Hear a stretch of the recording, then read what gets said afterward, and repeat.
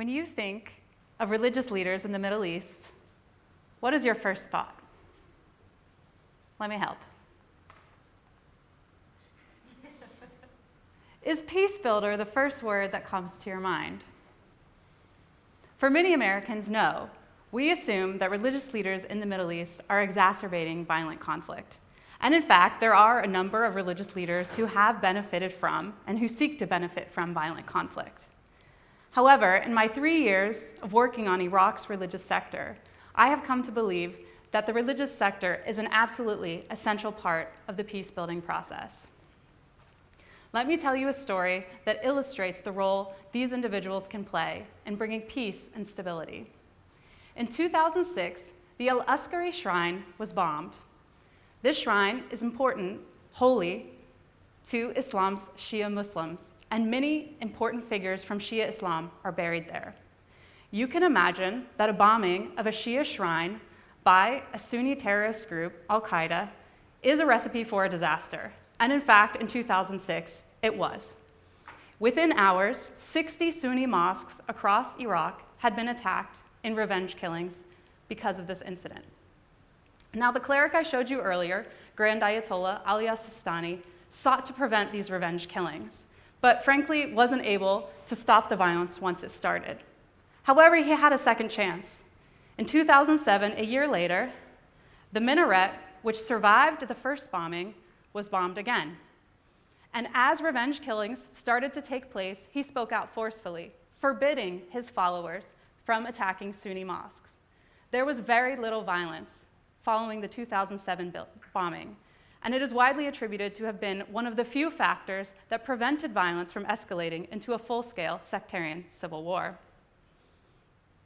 In my presentation, I want to talk about religious leaders' unique position to facilitating peace and stability. What resources do they have access to? Why should they be paid attention to by policymakers, scholars, and citizens? I began this project while a fellow at the United States Institute of Peace, our country's primary peace-building institution, located in Washington, D.C., across the street from the State Department. There I served on the religion team, where we do religious mappings in conflict zones. What is a religious mapping? A religious mapping is a scientific approach to identifying the most important religious ideas, individuals, and institutions that are involved in or located in the same context as a violent conflict. So how do you go about doing a religious mapping in a country like Iraq, particularly in 2007 when ISIS was still active on the ground? We decided that the best thing we could do was to work with local Iraqi researchers. I trained 15 Iraqi researchers in semi-structured interview techniques, and they completed 175 interviews across the country in the cities depicted in this map. Iraq is an extremely diverse country, and so it was important that we target and make sure to interview large numbers of the minority populations as well, so we didn't over-represent the opinions of Shia and Sunni Muslims who dominate the country. What we found has recently been published in a PeaceWorks publication called Engaging the Post-ISIS Iraqi Religious Landscape for Peace and Reconciliation. Some of the findings in this report speak to the argument that I'm making here, that religious leaders are unique partners for peace in Iraq and beyond. Two findings that I want to emphasize in this presentation might seem a little bit obvious, but I think we can dig a little bit deeper. First, religious leaders are influential. A lot of times I think we assume that they have been discredited by their participation in acts of violence. But religious landscapes are extremely diverse, and in places of violent conflict, such as Iraq, which has endured more than 40 years of violent conflict, in many cases, religious leaders are the only people who have stayed on the ground and been a consistent force. In our interviews, Iraqis consistently said that they consult their religious leaders for guidance, so we know that they are continuing to have an impact. Second, religious leaders in Iraq have extremely influential social media networks and have access to TV and radio stations.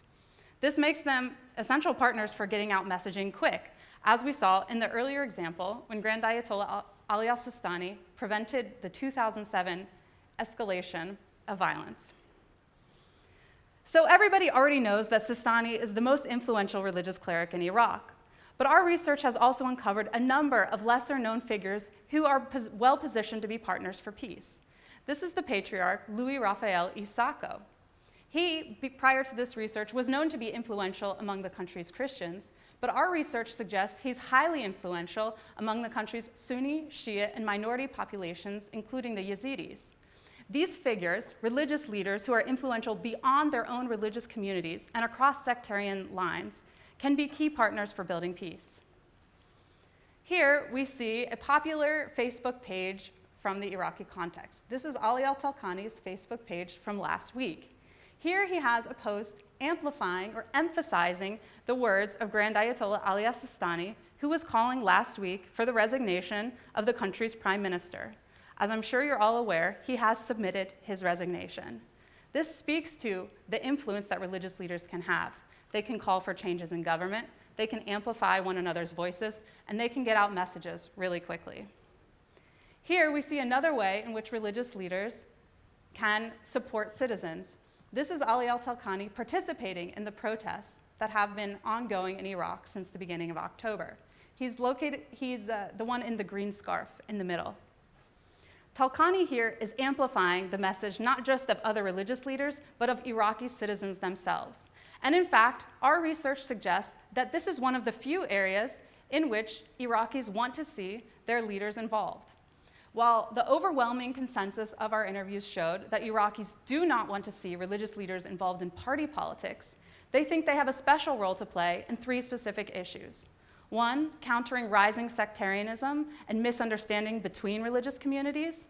Two, countering religious extremism, not just from the Sunni community, but also from the Shia community.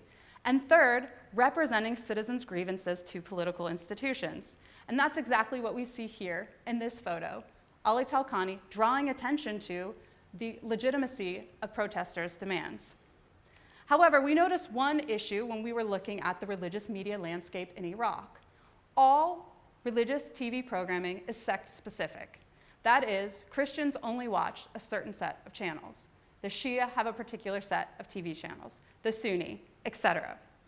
We suggest in our report, and we recommend to the Iraqi government or to other concerned institutions, that a non-confessional, informational, religious TV programming that crossed sectarian lines would be an effective way to build understanding across religious communities in Iraq and take advantage of the unique resources that religious leaders provide to peace builders. In conclusion, a lot of us have made some bad assumptions about religious leaders. Religious leaders are not just escalating violence in the Middle East and beyond. In many cases, they're on the front lines, defending citizens' interests, speaking out and trying to reduce violence, and staying when many other partners leave. I recommend we partner with them. Thank you.